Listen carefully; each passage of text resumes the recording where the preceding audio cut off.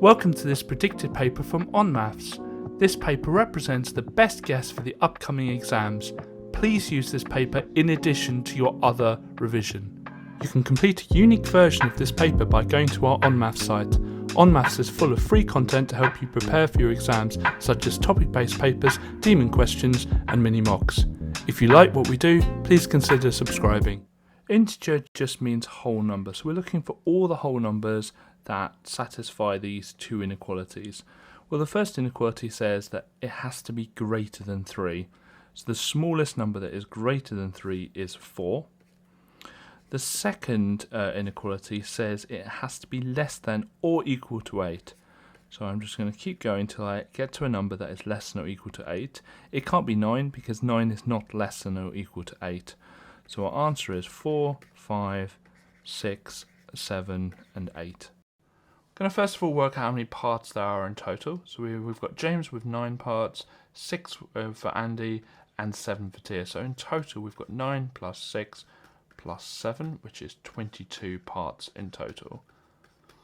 And we're asked to find a fraction Tia receives. Now Tia's the last one, so she is receiving the 7 parts. So it's 7 out of 22. There's a lot going on with this question, so I'm going to start off just having a look at the total amount of money. So I'm going to do this in pence, so 2,115 pence.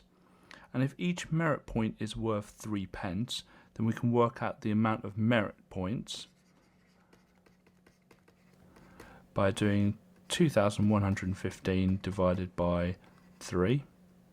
So that gives us 705. So there's 705 merit points. Next, have a look at the question here, this part here, where it says James has X merit points. Sarah has 4 times as many points as James, so she's going to have 4x. Robert has 69 fewer merit points than James, so he's going to have x minus 69.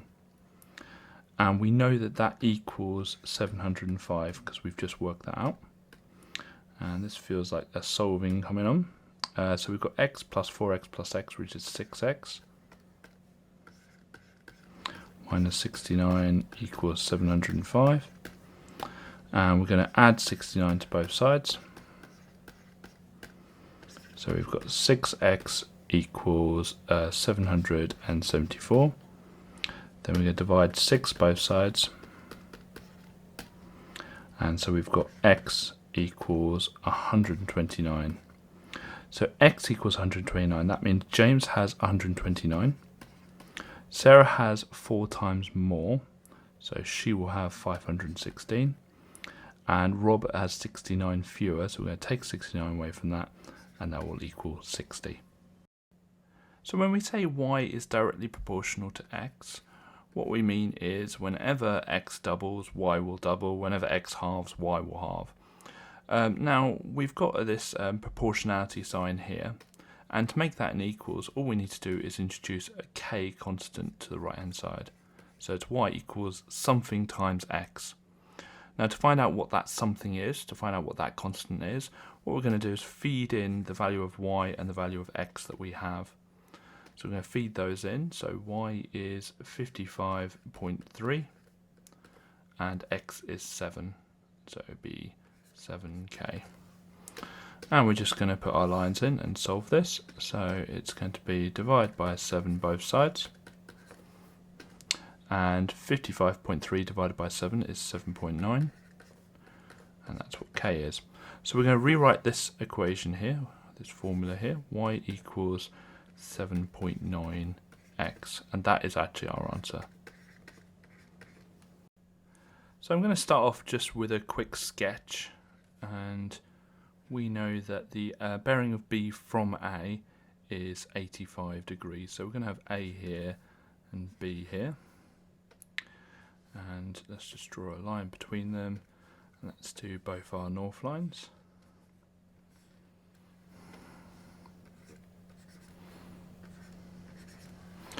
And so we know that this angle here is 85 because it's the angle on the bearing of B from A, so it's 85 degrees. So now it says work out the bearing of A from B. So the first thing we can do is actually just draw a line going down here. And we know that this angle here will also be 85 degrees because of alternate angles. It's always best to write that down somewhere, so we can just put in brackets here alternate angles. And we know that this angle here is going to be 180 degrees because it's a straight line.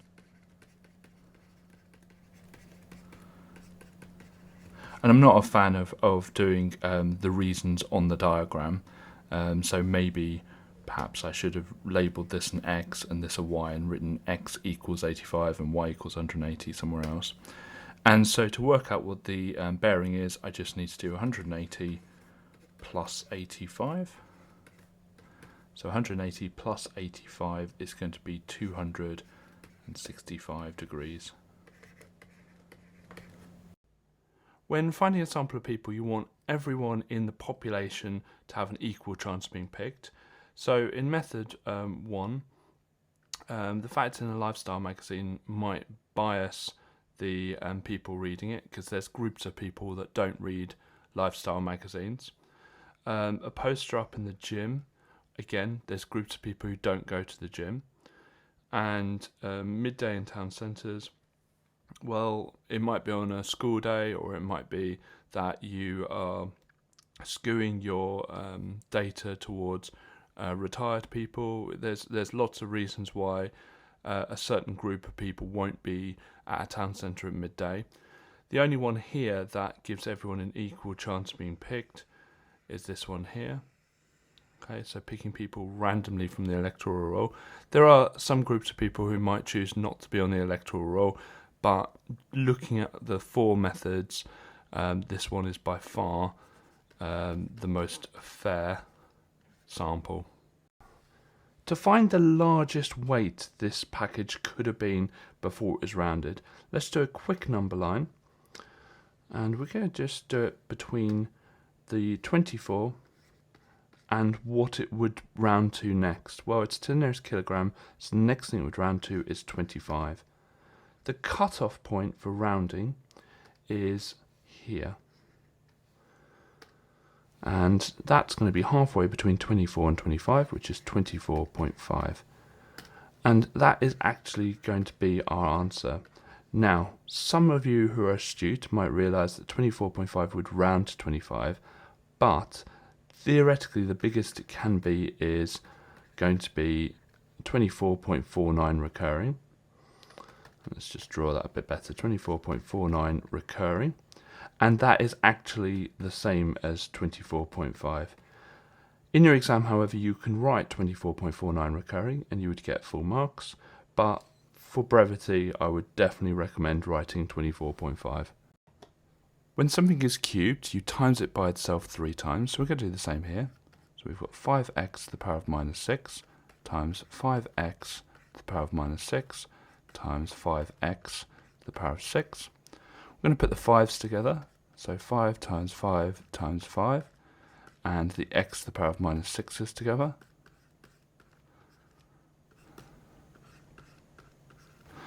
Five times 5 times 5 is 125. Now when you times powers with the same base, which we have here because they're all x to the power of minus 6, you add the powers together, so minus 6 plus minus 6 plus minus 6, which is going to be minus 18. Something else we could have done is we could have done 5 to the power of the 3 here, 125, and then done minus 6 times the 3, which would have given us minus 18.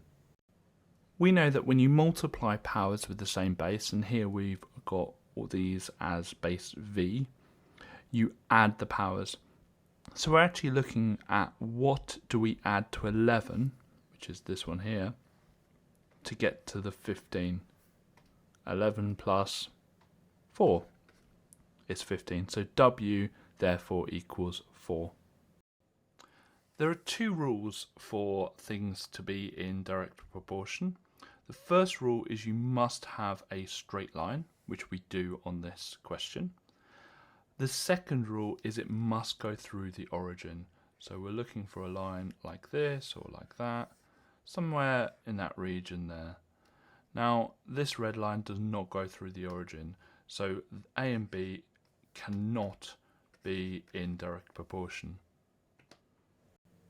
So in this question we are told that the centre of enlargement is at 6, 4. So let's just put across there. And what I'm going to do is just draw ray lines from the centre of enlargement, and we're just going to go through each of the corners of our shape A. And we're going to just check whether it goes through the corner of shape B, which it does on this one. Let's just keep going. Yeah, it does on this one.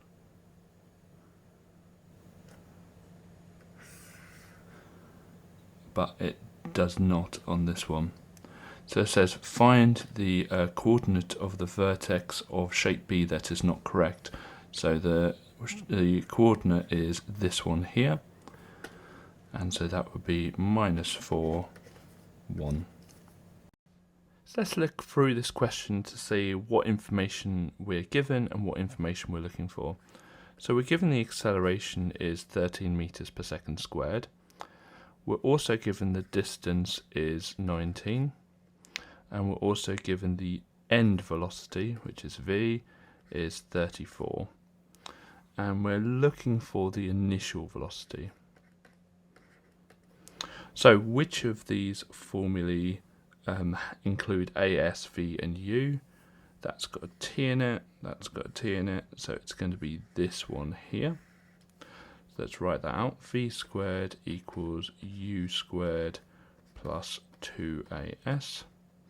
So that would be 34 squared equals U squared, because that's the one we're looking for, plus 2 times 13 times 19.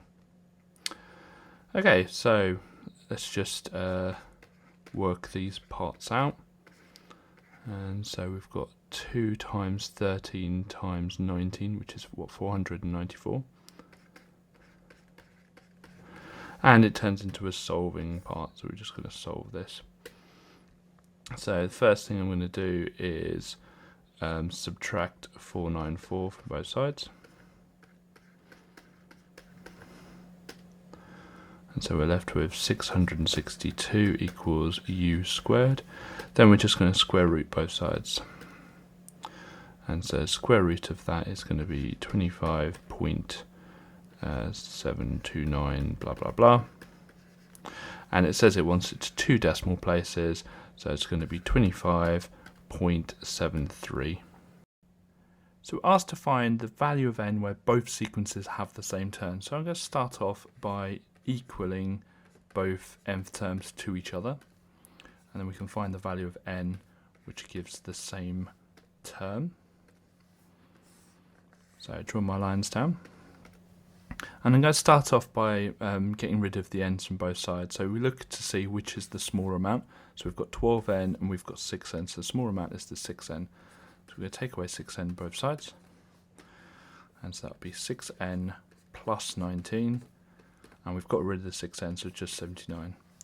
Next thing we're going to do is get rid of the 19, so take away 19 both sides, and so we've got 6n equals 79, take away 19, which is 60.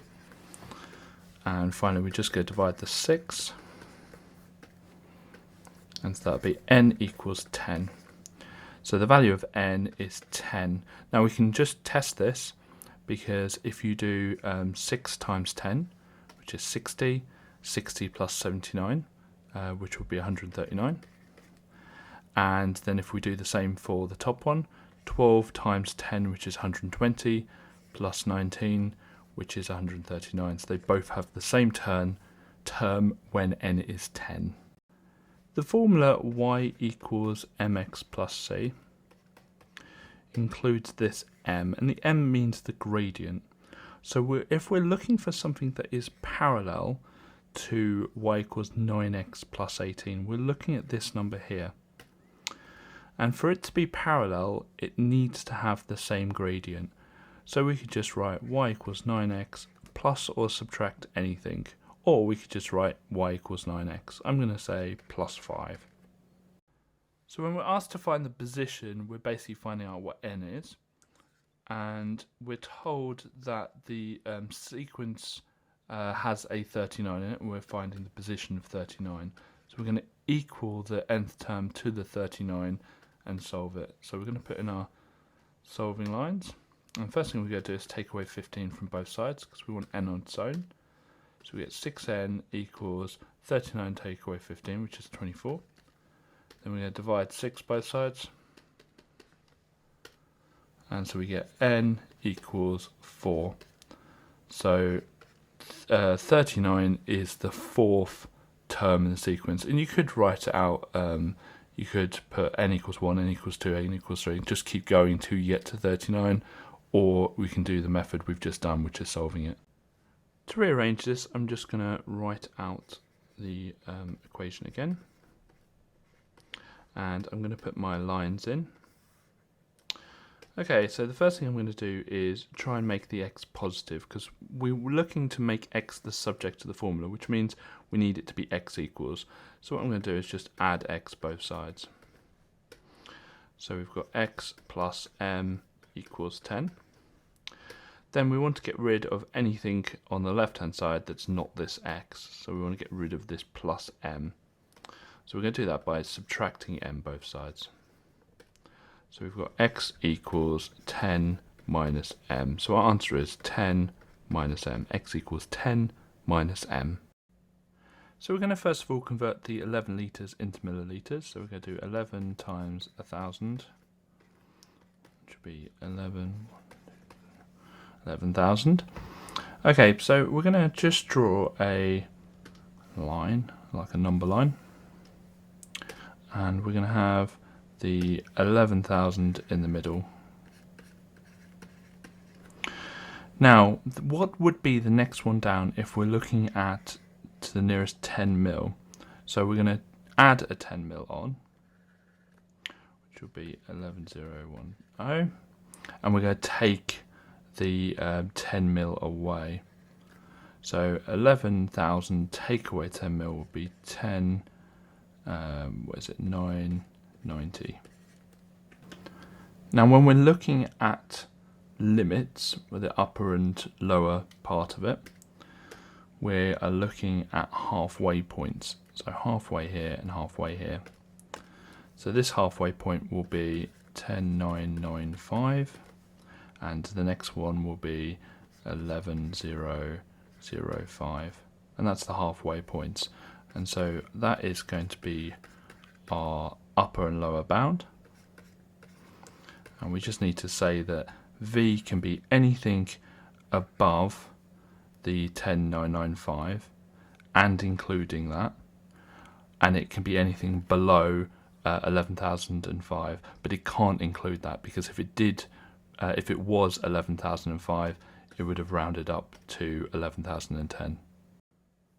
So this question is a simultaneous equations question, and so we're going to have to write down some equations. So it says 2 apples and 3 pears cost £3.80. So 2 apples, I'm going to call it A for the price of an apple, plus 3 pears, so 3p, cost £3.80. Now I'm going to do this as 380 just because it's easier to work with integers rather than decimals.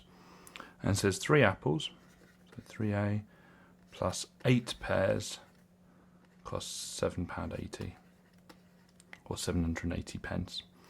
Okay, so the first thing I do is try and get these numbers the same.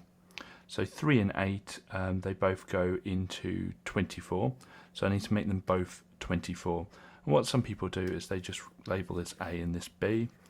And so what we're going to do here is we're going to multiply everything in equation A by 8, so that this becomes 24. So it's going to become 8a. And so we're going to times the 2a by 8, which will be 16a, plus 24p, and 380 times 8 is 3040. And we're going to do the same with b, but this time we're going to times it by 3, so we're going to have 3b.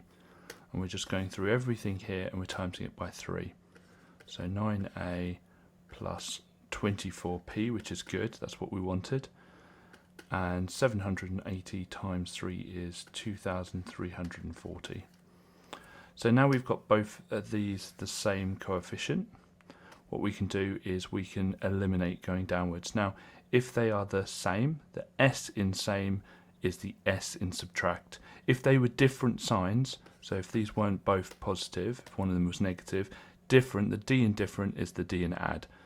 So here they are the same, so we are going to subtract, and we're going to subtract going downwards. So we're going to start off by doing, and I could just do a little line here to show what we're doing.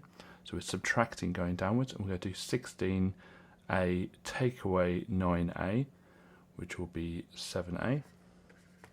24p take away 24p, which is nothing, which is why we did that, is to eliminate them. And then 3040 take away 2340 will be 700. Then I can put my lines in, and all I need to do now is just divide both sides by 7, and I get A equals 100. So we know that apples cost 100, or £1. We need to work out what pears cost. So I just need to pick one of the equations. I'm just going to pick this top one here, and I'm going to write it out. But instead of A, we know that A is £1 or 100 pence. So plus 3p equals 380. So that's going to be 200 plus 3p is 380. And then again, I'm just going to draw my lines down. And we're going to subtract 200 from both sides. So it's going to be 3p equals 180. And then we're going to just divide by 3 both sides. And we've got p equals 60. So a pear costs 60. Now we can check this by using the other equation there. So 3 times 100 is 300, plus 8 lots of 60 is going to be, what's that, 480? So it's going to be 780. So we know that we've got it right. With these questions, it's normally easier to view these as 2 separate triangles. So we've got a small triangle here with 19 and 47. And what I'm going to do is I'm just going to move this out. And we've got a bigger triangle here.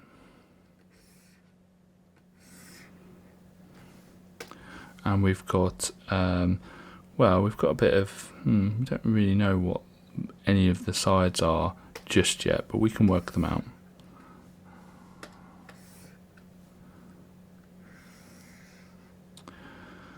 Okay, now we know that both of these triangles are similar, and the reason is they share an angle and the lengths at the bottom are parallel, so they will be similar, which means one's an enlargement of the other. And we are given some information in the question that the ratio of BC to DE is 1 to 6.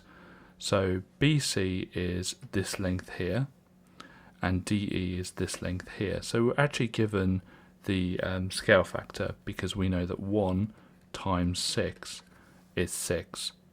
So we know the scale factor is 6, and it's asking us to find length AD.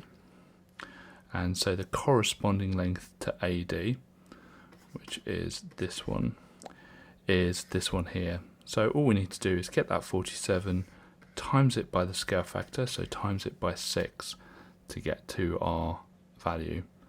So it's 282. So the angle of elevation is when you are looking horizontally, like here. It's the angle that you have to look up to see something, so that castle. So this is the angle of elevation here, which I'm just going to call x. And we've got a right angle triangle here where we have 2 lengths and we're looking for an angle, so we're going to be using trigonometry. So we're just going to label this up. So we've got the opposite here, adjacent to here. We don't need the hypotenuse at all, so get rid of that. Let's just put our SOHCAHTOA in. So we've crossed out the hypotenuse, so it won't be sine or cos, it will be tan. So it will be tan x is equal to the opposite, which is 49 over 98. Get our lines in. And we're going to do the inverse tan of both sides. And so the inverse tan of 49 over 98 is 26.565, etc. And it says it wanted the nearest whole number, so that will be 27 degrees. So we're asked to find the vector 3a plus 2b. So we're going to start off by working out 3a. And so we just go times the top and bottom of a by 3. So that would be 9 and 6. And to find 2b, we do exactly the same to the second one, but we're going to times it by 2. So that would be minus 2 and minus 4. And so to find 3a plus 2b, we're just going to add the tops together. So 9 plus minus 2. And add the bottoms together. So 6 plus minus 4. 9 plus minus 2 is 9 take away 2, which is 7. And 9 plus minus 4 is going to be 2. So the vector is going to be 7 and 2. To find the area of a rectangle, all we do is the length times the width. So the length, doesn't matter which way around we do this, is say 2.4. And the width is 9.8. But it says it wants to find the minimum area. So to find the minimum area, what we want to do is find the minimum length and the minimum width. So it says it's rounded to the nearest tenth of a centimetre. So we can do some quick lines, some quick number lines here to find what the minimum would be for both of these. So for 2.4, the next number down would be 2.3, and we just find the halfway point. Halfway point would be 2.35. And similarly with 9.8, next one down would be 9.7. The halfway point would be 9.75. So we're going to find the length, which is 2.35, times it by the width, which is 9.75. Just do that a bit nicer. And that gives us the answer of 22.9125. So it'd be 22.9125 centimetres squared. So I'm going to write this equation again just a little bit bigger so we can work with it. And one of the rules with equations is you want to get rid of brackets and fractions first. So we've got a big fraction here, and basically a fraction just means divide. So we're doing the 82 and we're dividing it by 3x plus 5. Notice I've put a bracket around it, because what we're going to do is we're going to do the opposite of divide by that bracket. We're going to times both sides by 3x plus 5 to get rid of that fraction. Now on the left hand side, that just gets rid of the fraction, so we're just left with 82. On the right hand side, well, we're doing the 2 times the 3x plus 5. Following my rules to get rid of all the brackets first. So 2 times 3x is 6x, 2 times 5 is 10.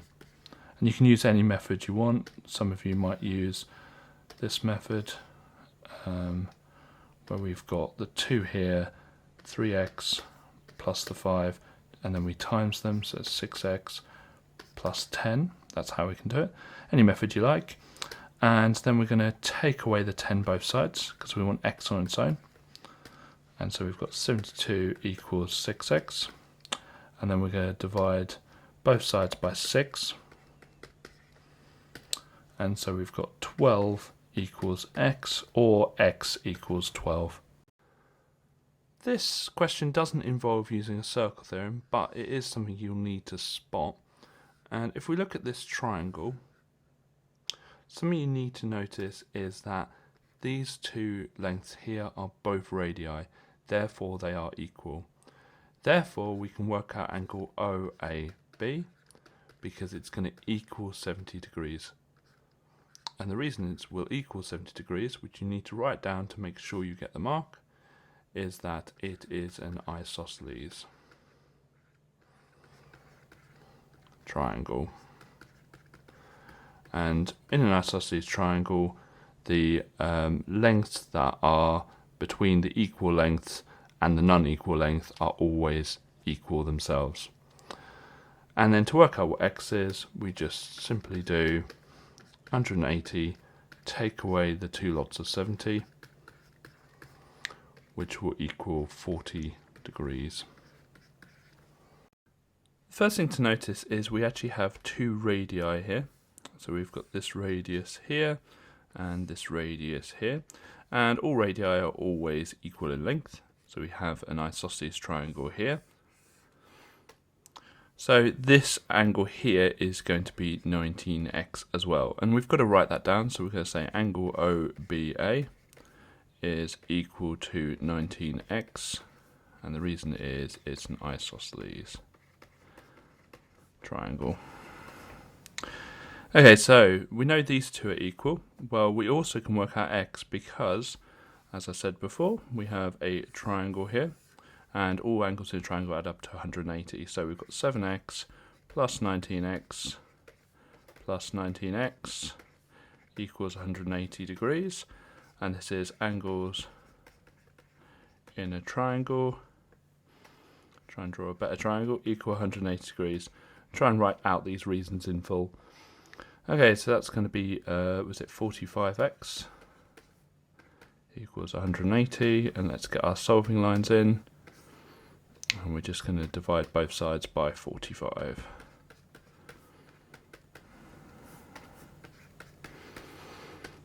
Okay, so we've got x equals 180 divided by 45, which is 4. Now, we're looking for this angle here. That's angle ABC. Now, there's a few different ways we could do this. We could work out what this angle is, because it's a big triangle, etc., etc. Or we can use the fact that we've got a tangent touching a radius. So we know that this, let's just pick a different colour, this angle here is 90 degrees. So we can write that down. So angle OBC equals 90 degrees, because it's the angle between a tangent and a radius.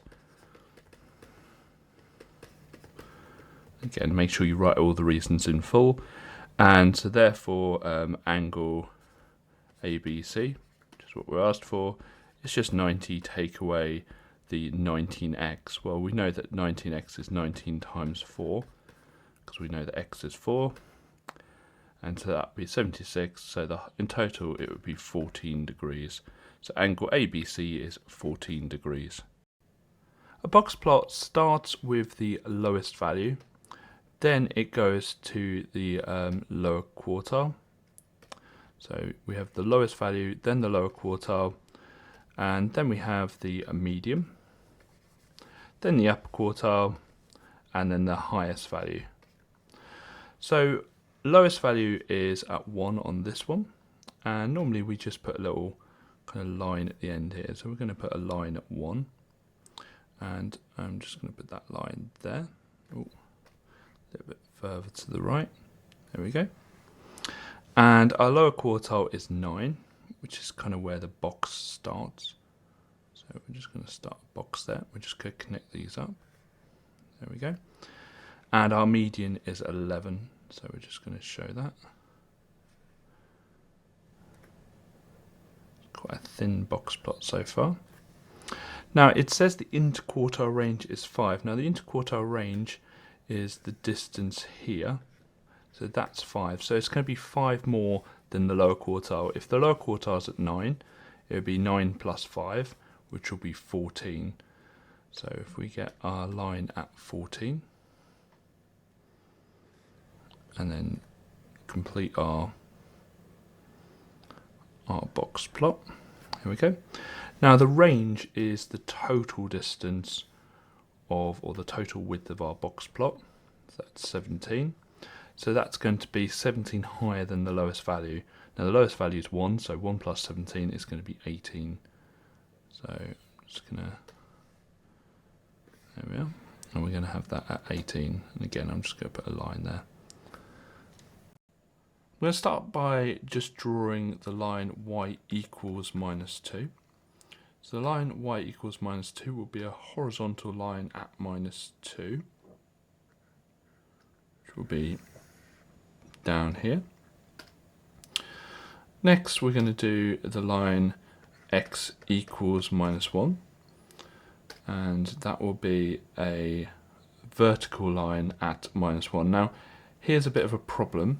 We've got no equal to underneath it. And whenever we don't have an equal to, we do a dash line. So we're going to do a dash line here.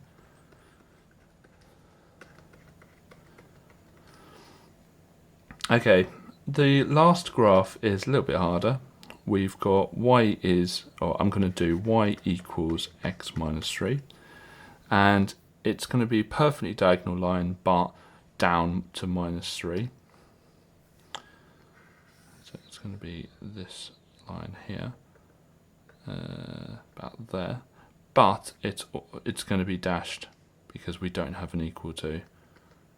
So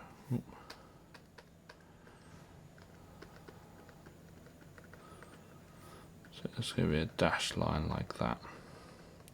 So if they have an equal to underneath, then it will be a solid line. If they don't have an equal to underneath, it will be a dash line. Okay, now we've got to work out where the region is. So we've drawn the lines, and the lines are either dashed or solid, and so they're perfect, but we've got to work out where the region is. So we can see on the first one that y is greater than or equal to minus 2. So it's going to be above this line. Okay.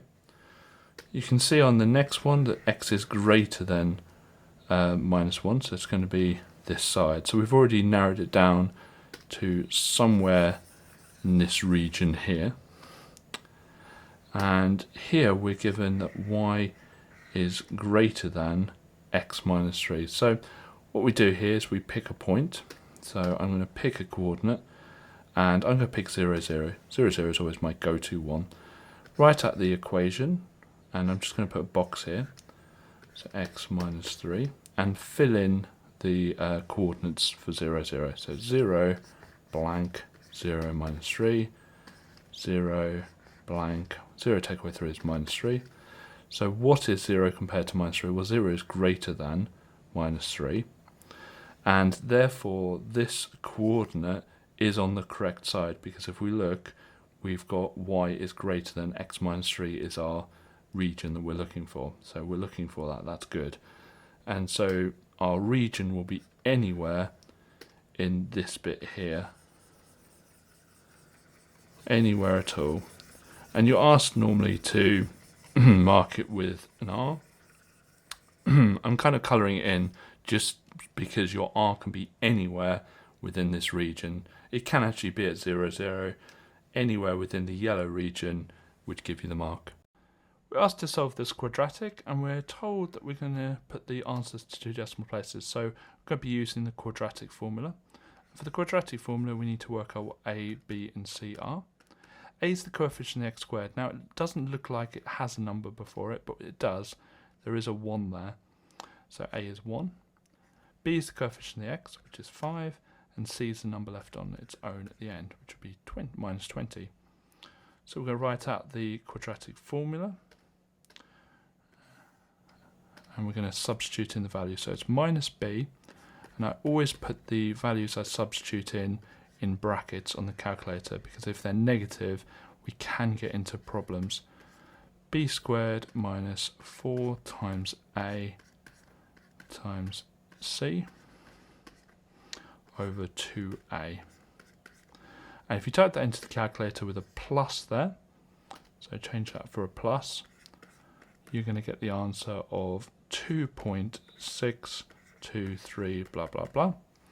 If you go back on the calculator, use the cursor keys to change that to a minus, you get the answer of minus 7.623 blah blah blah. Rounded to 2 decimal places, that's going to be 2.62 and minus 7.62. So looking at the graph straight away, we know that the y coordinate of point A is 0. And we're told that it's y equals tan x, and you just need to know the graph y equals tan x. And if you know the graph, we know that that will be 180 degrees. We know the point at which both of these lines will be going towards would be 90. This point here will be 270. And so therefore this point will be 360 degrees. So it's going to be 360, 0. Whenever we add fractions together, we want the denominators to be the same. So if we've got 2/3 plus 1/2, to do this, we can times the 3 and the 2 together to find the common denominator, which is 6. And we can times the left-hand fraction by 2 to get to 6, and the right-hand fraction by 3 to get to 6. Now with algebra, okay, we've got some algebra here, but the process is exactly the same. We're going to times the left-hand fraction by the x plus 2 and the right-hand fraction by the x plus 5. So we're going to times the left-hand fraction by the x plus 2 first, so 3 brackets x plus 2, and that's going to be over, and we're going to times the denominator also, the x plus 5, by the x plus 2. And we're going to add that to, we're going to times the right hand side by the x plus 5, which is the denominator on the left hand side. So that's going to be 9 brackets x plus 5, and that's going to be over, and we're going to times the x plus 2 by the x plus 5. I'm just going to do it in the same order as on the left hand side, just so we can see they're the same. Okay, now the denominators are the same, we can add the tops. I'm going to do kind of two things at once here. I'm going to add the numerators, but I'm also going to expand the fractions at the same, expand the brackets at the same time. So 3x plus 6, expanding the first bracket, plus 9x plus 45, expanding the right hand bracket. So we can simplify the numerator now, and we're going to have 12x plus 51. 3x plus 9x, which is 12x, and then 6 plus 45, which is 51. We don't need to do anything with the denominator. We can leave that as a bracket. We could expand it, but the question doesn't ask us to. And if the question doesn't ask us to, we don't need to. If we were to expand it, you'd get x squared plus 7x plus 10.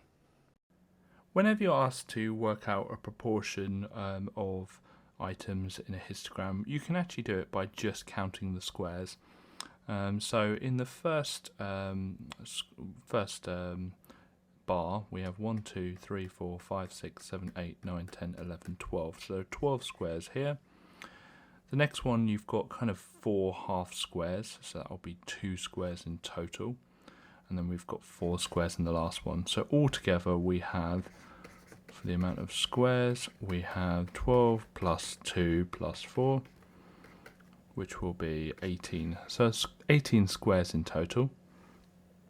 Now it says that we're looking for between 25, which will be here, and 45, which will be here. So we count the squares in this little interval.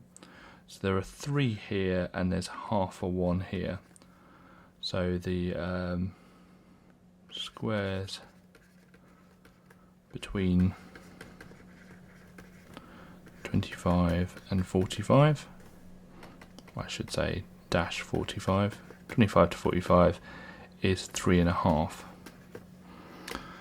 Okay, so we've got 3.5 in total, or 3.5 out of a possible 18. So we just need to do 3.5 divided by 18 to work out the proportion, and that gives us 0.194 blah blah blah. It says it wants its 2 decimal places, that would be 0.19. We're going to start by working out what outcomes will give us 2 different types of drink. So we could have OA or AO. We could have AW or WA, and we could have OW or WO. Now what we notice really when we do this is that OA gives us the same probability as AO, same with AW and WA, Same with OW and WO. So we're going to just ignore the right hand side ones, and we're just going to focus on the left hand side ones. To work out the probability of O and then A, so orange juice then apple juice, we work out the fact that it's 6 over, well, the probability of picking orange juice first of all is 6 over 27. And then if we picked an orange juice, the probability of picking an apple juice would be 9 over 26. And so that would be 54 over 702. Apple juice then water would be 9 over 27, and then 12 over 26, and so that would be 108 over 702. And then orange juice then water will be 6 over 27 and 12 over 26, and that would be 72 over 702. Now we're looking at the probability of this or this or this, and the word or means add. So the probability of OA or, I should put that in brackets, probability of OA or AW or OW is these added together. And when you add them together, you get 234 over 702. Now, I said we would deal with the reverse situations now. I'm going to deal with that now. And as I said, OA is going to be equal to AO, AW is equal to WA, and OW is equal to WO. So all we need to do to find the probability that the drinks are different is get the 234 over 702 and just double it. And we can do that by just doubling the numerator. So 468 over 702. That cancels down to 2/3. So there is a 2/3 chance that the drinks will be different. Here we've got a cubic graph, and we're asked to find out what the equation would be if it was in this form here. So first of all, notice that we've got a negative cubic. A positive cubic looks like this. So we've got a negative cubic, and there is a minus sign there that just deals with that. So we don't need to worry about the fact it's a negative cubic, because that minus sign just means it's negative, fine. Next thing we want to do is find the roots. So the roots are where the line crosses or touches the x-axis. So here we can see it touches it at 6, so when x equals 6. And here, now this is an interesting one, it actually touches it twice. It touches it at -7 the first time going down, and then it touches it at -7 going up. So there's technically 2 roots there. Sort of one root, but it counts twice because it's going down on one route and then up on the other route. So with these, what we need to do is we need to make sure that at x equals 6 and x equals -7, that this equation, the whole thing equals 0. So if we imagine A, what does A have to be to make this whole thing equal 0? When we look at this, the fact that a root is at 6. Well, if we put A at -6, we get x -6 in that bracket there. And if we put in the value of 6, then it's 6 minus 6, which is 0, and so the whole thing is 0, because anything times 0 is 0. So if A is -6, let's have a look at B. So what does B have to be? Well, if that's -7, if we put B as +7, then when we substitute in this -7 here into the x, we get -7 plus 7, which is 0. So if B is -7, then the whole, +7, then the whole thing will be 0 at x equals -7. And for the C, we're looking at that last root. Again, it'll be the same, won't it? It'll be x plus 7. Now, You might ask the question, how do you know which is A, which is B, which is C? Actually, it doesn't matter. We could put A at -6 and A at 7 and B at -6 and C at 7.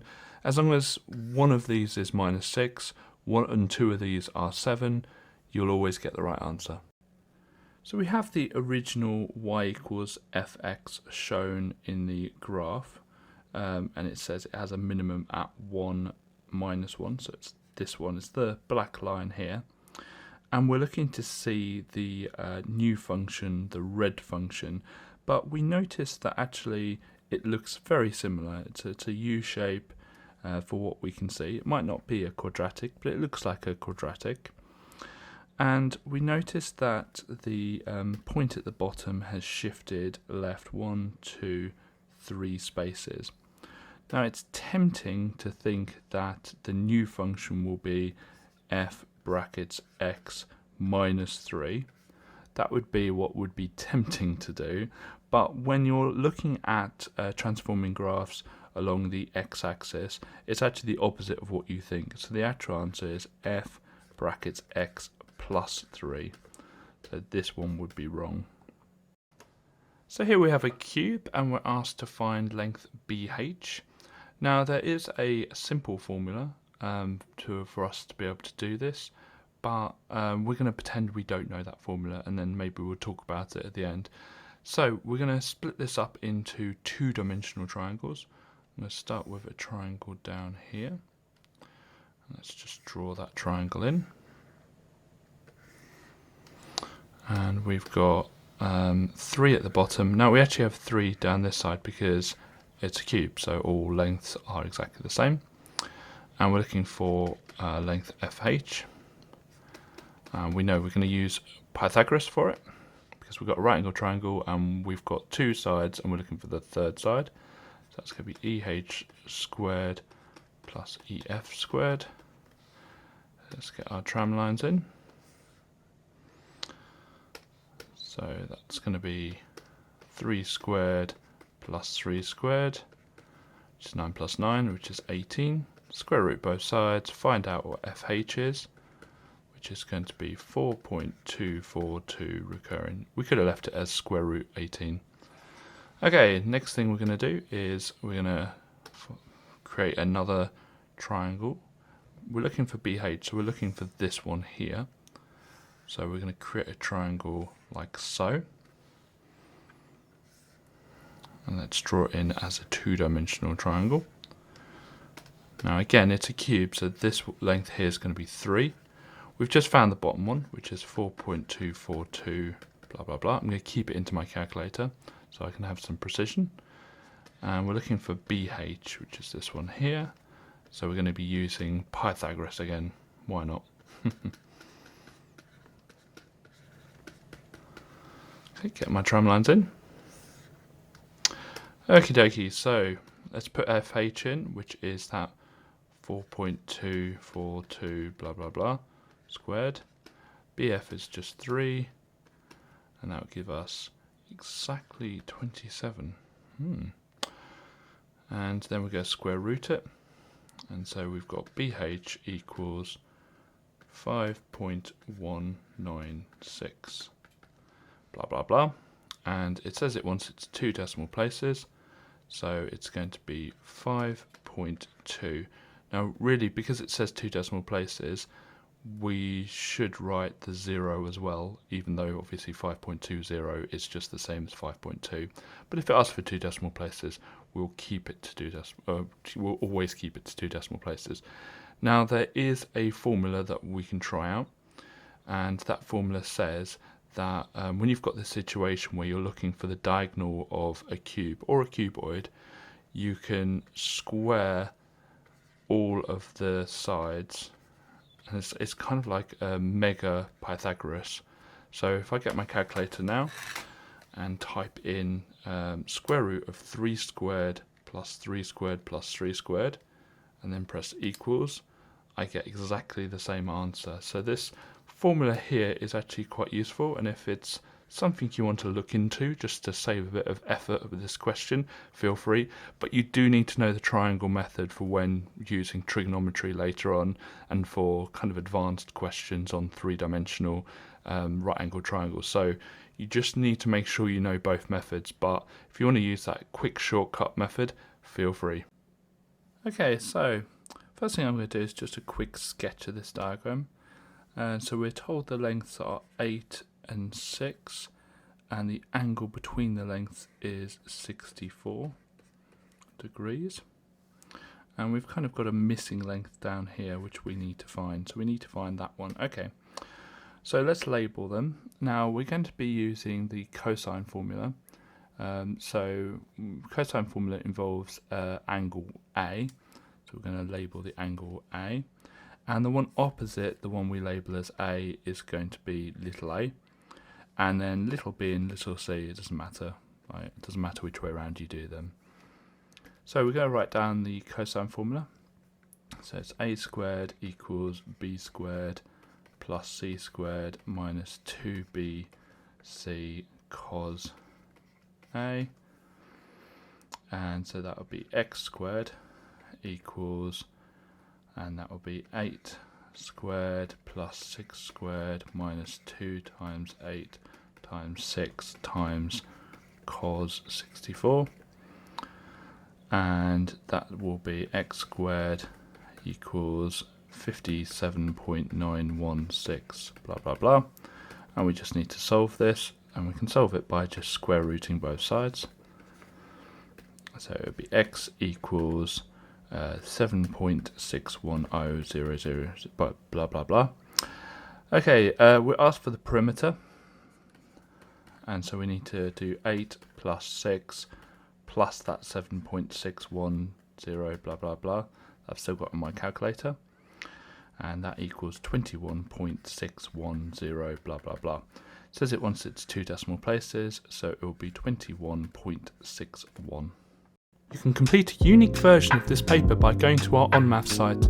onmaths is full of free content to help you prepare for your exams, such as topic-based papers, demon questions, and mini mocks.